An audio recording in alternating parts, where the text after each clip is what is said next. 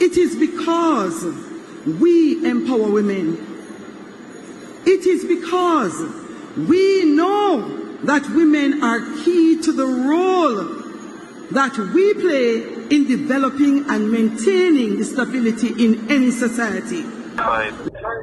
And he was basically attacked by her, punched, hit with shoes, and she used a stool to damage his face.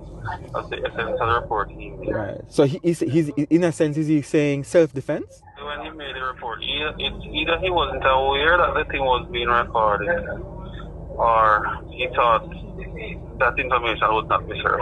And what's happened since with your investigations? Well, he has not returned to give a statement. The lady made a report at the Antwerp police station.